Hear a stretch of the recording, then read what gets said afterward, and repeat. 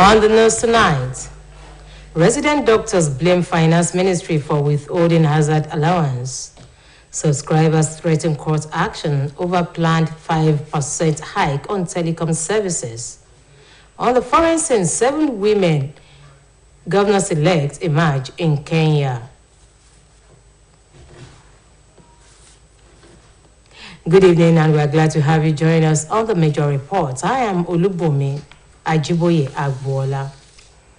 The Nigerian Association of Resident Doctors has blamed the Ministry of Finance for the non-payment of the increased hazard allowance as approved by the federal government. The president of NAD, Dr. Dari Ishaya, who spoke with newsmen, said the money for the hazard allowance was budgeted, but the Federal Ministry of Finance has yet to release it.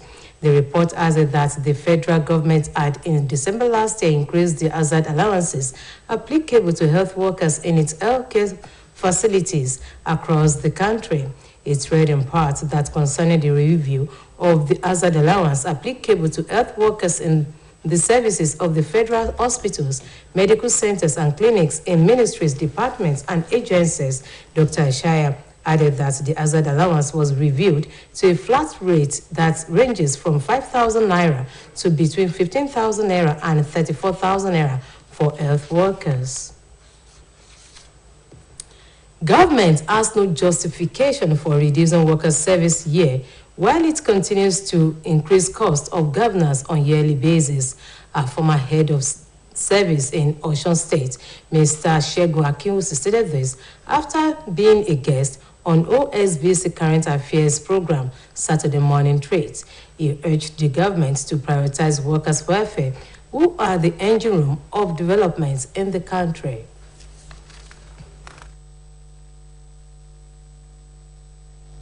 It's not about length of service that's most important. What are those incentives that can make people want to work with that will make them have job satisfaction? Good salary, good working environment, facility to use and all the rest must be there as government provided that. And let me tell you, when you say hot, do they know what the end result? You want mediocres to take over from them? People that have not, because you cannot buy experience.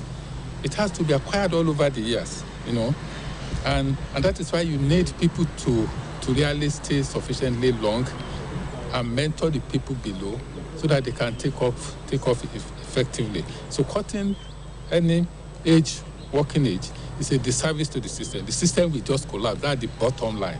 The system will collapse. And if you are talking even that it's about finances of government, is it only about civil servants that increase the spending of government?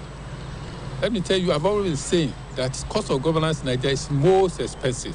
We are running the most expensive presidential system. Let them go and cut the cost of governance.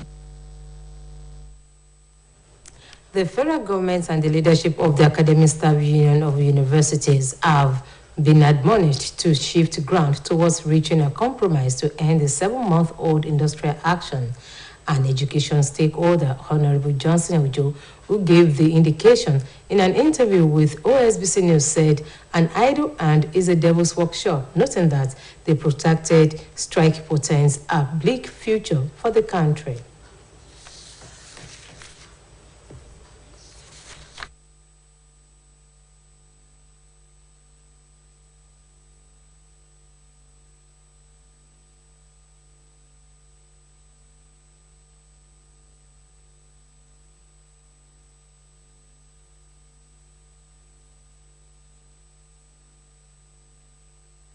Bulletin. Telecommunication subscribers under the aegis of the National Association of Telecom Subscribers have vowed to challenge the legitimacy of the proposed 5% excise duty on telecom services in court. According to them, the excise duty on telecom services, which would translate to an extra 5% consumption tax on calls, SMS, data, and other telecom services, was insensitive and would further impoverish consumers whose purchasing power had been weakened in recent times. The president of the association, Adeolu Ogunbanjo, disclosed this to newsmen while commenting on the recent allegation by the Ministry of Finance, Budget and National Planning that the Minister of Communications and Digital Economy, Issa Pantami, was well aware of the inclusion of the 5% excise duty on telecom services. Speaking at the maiden edition of the Nigerian Telecommunications Indigenous Content Expo, the minister has said the Ministry of Communications and Digital Economy is not satisfied with any efforts to introduce excise duty on telecommunication services. Replying to the allegation, the Minister of Finance, Budget and National Planning said against the comments by Minister of Communications and Digital Economy concerning the 5% excise duty hike on telecom services, noting that there was a circular stating that planned hike which was addressed to the Communication Minister and other relevant ministries and agencies of government. A statement credited to the former military ruler, retired General Ibrahim Babangida, that Nigeria is still trying to be a nation is incontestable because it was the architect of all forms of problems the country has for cancelling the freest and fairest presidential election won by late Mashood Abiola.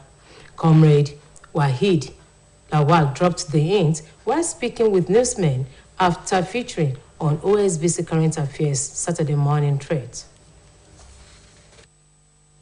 Nigeria had an opportunity to choose a nationalist in 1993. Babangida annulled this election. That singular annulment created all the problems we are having today in Nigeria. If you had allowed Abiola to govern this country, Abiola may succeed in that governance. He may lose, he may even fail. But if Babangida had allowed him to rule, the unity of Nigeria that is now being threatened, Nigeria would have been a united nation, a united country, a united entity that can now be boasting of being a nation, not a country. Babangida said we are struggling to be a nation. We are still a country struggling to be a nation, and is the root cause of all this problem.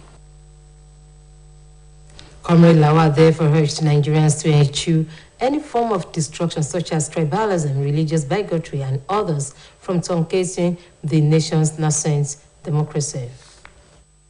Yes, Nigerians, irrespective of our tribe, culture, or any other thing, we should come back together and know that Nigeria belongs to all of us, and we must work that Nigeria survive.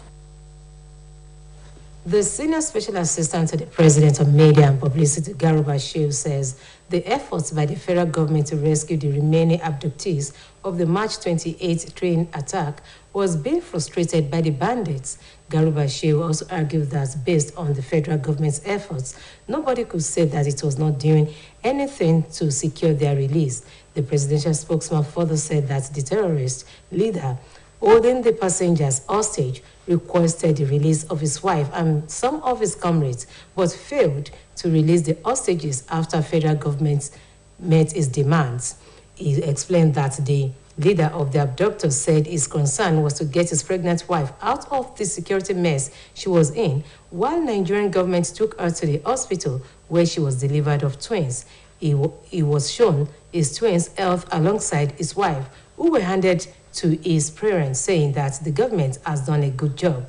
It was gathered that while meeting the representatives of the hostages, President Muhammadu Buhari said the military had shelved the option of force in rescuing the remaining hostages.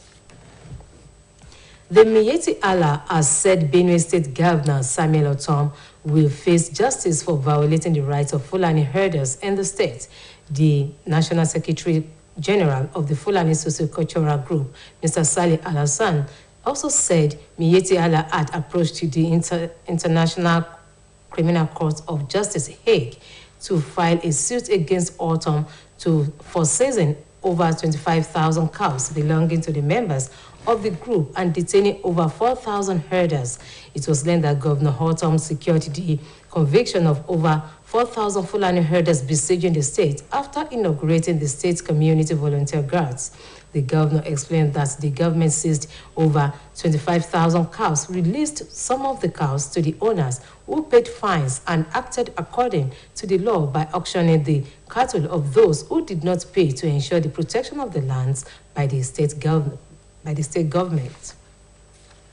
Meanwhile, the Nigerian Security and Civil Defense Corps have begun peacekeeping and conflict resolution training for the personnel of the agency as a proactive step towards finding new ways of mitigating civilian harm in conflicting situations. Commandant General of the Corps, Dr. Ahmed Audi, said the training was necessitated by prevailing security challenges facing the country, also to train personnel on the agency's response towards civilians in times of emergency.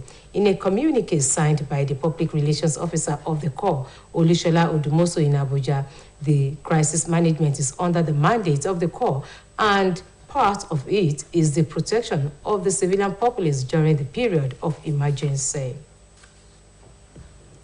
Traditional rulers in the southwest region have been admonished to work assiduously in promoting Yoruba culture into a global space. The 15th Ààrẹ Ọ̀nà Kakanfò of Yoruba land, Otoba Gani Adams, gave the admonition while speaking with newsmen in Osogbo in commemorating the Osun-Osogbo annual festival. Ààrẹ Adams, who bemoaned the level of insecurity and economic downturn in the country, charged the federal government to fashion out mechanism in nipping in the bud the ugly trend. Government can embark in holistic economic reform. The federal government must change the regulatory mechanism in order to stop the never-ending security surge. The federal government should resolve the security and economic challenge with pragmatic reform to save the economy and tackle forest scarcity. The federal government must embark on wide consultation with stakeholders with a view to invest alternative policy options to re-energize all the sectors of the economy. The federal government must reduce wastage in governance, focus more on economic projects that will stimulate the economy and guarantee a stable environment. The management of Nigeria Breweries says it will continue to uphold its policy objectives with regard to promotion of tradition and culture of the people so as to make the inherent values endure across generations. Senior Trade Manager of Nigeria Breweries, Mr. Chidi Ego, said this while speaking with OSBC News on the sponsorship of this year's Osun-Osogbo Festival. The report is presented from our studios. The of Osun was agog as people of diverse cultural backgrounds from within and outside the country came to celebrate this year's Osun-Osogbo Festival. At the center of the festival, which major sponsor is Nigerian Breweries, were the Ataoja of Osogbo, Oba Jimoh Olanipekun Laroye II, and the poultry maid, also called Arugba, who proceeded to Osun Groves amidst pomp and ceremony, carrying the appeasement materials for the deity. Speaking with OSBC News, the senior trade manager of Nigerian Breweries, Mr. Chidi Ego, explained the involvement of the company as major sponsors of the festival. According to him, the objective of the yearly sponsorship of the festival is not to only entertain, but to also promote tradition and culture, as well as empowering the people. Our culture makes us who we are, and Goldberg, as a brand that supports the culture of the people, will always be at the forefront of promoting the things that make us who we are. So Goldberg will continue to support the culture of the Western people of Nigeria, and we will continue to excite our consumers who buy our brands.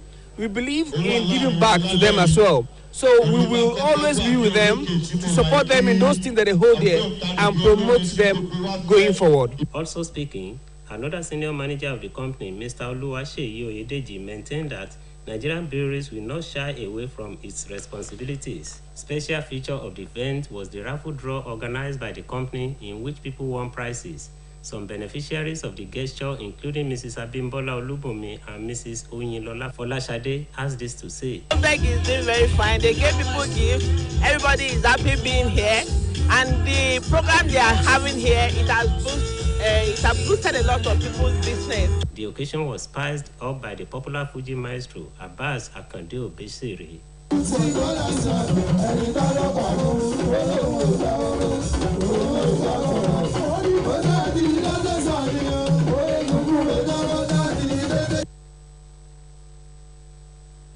You're welcome to our sports segment.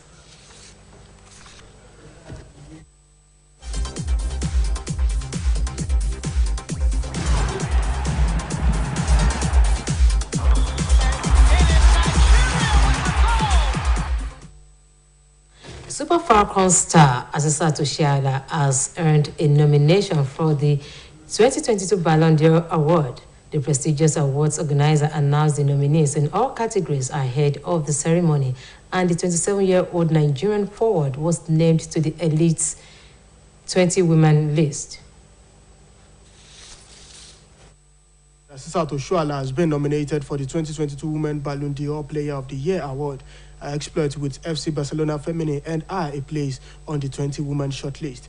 Oshoala was awarded the African Women's Player of the Year for the 5th time, breaking her own achievement and becoming the first person to win the CAF award 5 times. A remarkable form, which saw her produce 20 goals in 19 appearances, saw her become the first African player to win the Pichichi Award in Spain, despite being injured for a large part of the season.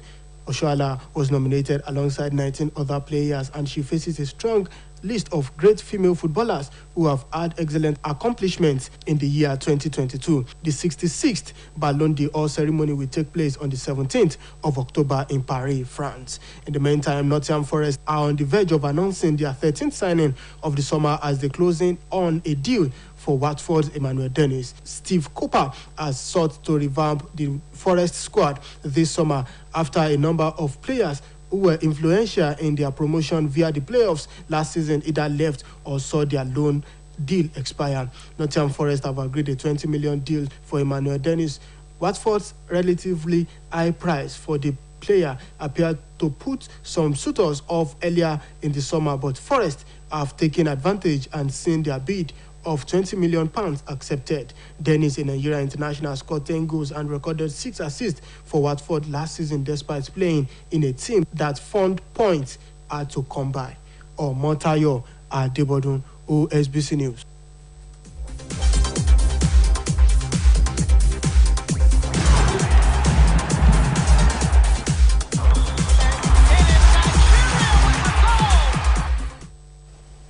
And moving on to the foreign scene, Kenyan Independent Electoral and Boundaries Commission says at least 7 of 47 incoming governors are women, compared to only 3 in the last government. This and other foreign stories are compiled by Abdul at DBC of our foreign desk. It's August 9, presidential elections have yet to be announced, but from the 42 confirmed county results, there seems to be history in the making. While tallying is ongoing in most constituencies across the country, women have also won 6 of the 290 seats in the incoming National Assembly so far. Despite nearly half of the registered voters in the country being women, very few female leaders actually hold elected positions in Kenya. A constitutional provision introduced a 2/3 rule in 2010 to enable more women to get into leadership positions and tone down male dominance in politics. But that has barely had any effect until now. The 7 female governor-elect are Susan Keika, Gladys Wanga, Zezili Mbarire, Wavinya Ndeti, Fatuma Achani, Kawira Nwangaza, and Annie Waiguru, as Nwangaza won as an independent in Meru State. Germany has suspended most of its operations in Mali after the local military-led government denied flyover rights to a United Nations peacekeeping mission. Spokesman for Germany Defense said the Malian government has once again refused to give flyover right to a flight planned today for the rotation of personnel. In response, Germany has decided to suspend until further notice the operations of the Renaissance forces and transport flight. Government spokesperson Stephen Eberstreet said Germany was prepared in principle to participate in an international peacekeeping mission, but only if this was supported by the Malian government. Defense Minister Christy Lambrez received assurances that overflight rights will be restored from a Malian counterpart Sadio Kamara. Taliban fighters beat female protesters and fired into the air today to disperse a rare rally in the Afghan capital, Kabul, days before the first anniversary of the group's return to power. About 40 women marched on the education ministry in Kabul, chanting bread, work, and freedom, despite the pledges made when it retook power. Some protesters who took refuge in nearby shops were chased and beaten by Taliban fighters with their rifle boots. The demonstrators carried a banner which read, August 15 is a black day, as they demanded rights to work and political participation. Abdul Jalil at DBC, OSBC News. The major reports tonight air again at the recap of the top stories. The Association of Resident Doctors has blamed the Federal Ministry of Finance for withholding payments of new hazard allowance. National Association of Telecommunication Subscribers has threatened court action over planned 5% hike in telecom services. While on the forensic, we brought you a report that 7 women governors-elect have emerged in Kenyan general elections. And that ends the major report on OSBC TV. It was edited by Kayode Adebayo. I am Olubumi Ajiboye Agbola. Thank you for watching. Good night.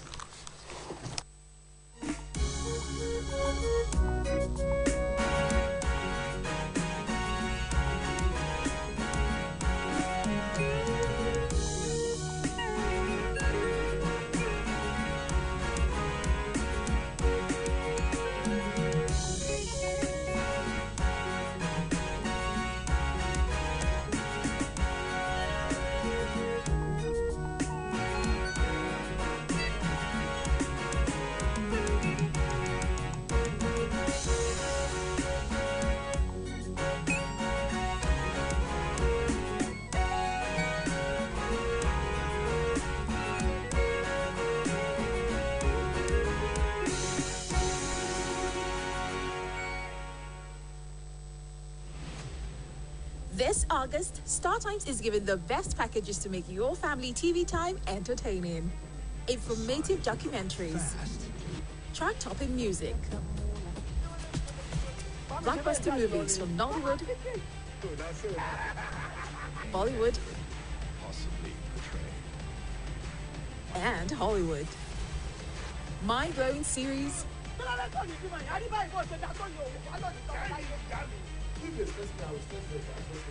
talk shows. Now yourself, now you know. For sports fans, StarTimes has got you covered. Enjoy basketball, football, Formula One, kickboxing, and more. And for cartoon, welcome to StarTimes Fun Space. Enjoy the adventures of Superman and the Justice League on Toonami.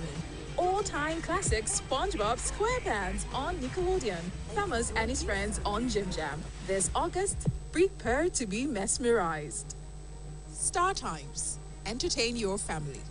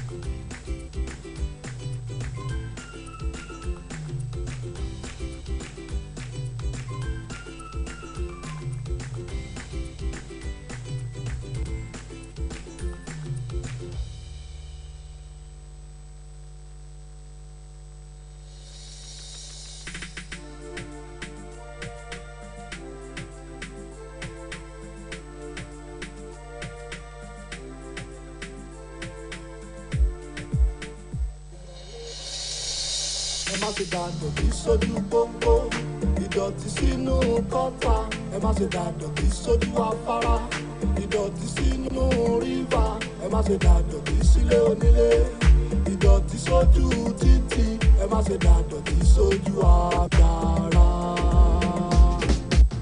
ẹ jẹ́ ká ṣàmì lọ́dún èyí a ò ní ríjà omi ẹ jẹ́ ká ṣàmì lọ́dún èyí a ò ní ríjà omi àfọwọ́fà ló pọnú ṣẹlẹ̀ oníyàlé àwọn tó kàn ló mọ̀ lọ́lá olúwa ibi òní kan wá ìkìlọ̀ rẹ o everybody ẹ wá gbọ́ òye ìkìlọ̀ rẹ o everybody ẹ wá gbọ́ òwà ṣe ti gbọ́ ẹ má ṣe dàdọ̀tí sójú pópó ìdọ̀tí sínú kọ́tà ẹ má ṣe dàdọ̀tí sójú afárá ìdọ̀tí sínú rìvà ẹ má ṣe dàdọ̀tí sílé onílé ìdọ̀tí sójú títì ẹ má ṣe dàdọ̀tí sójú àgbàrá.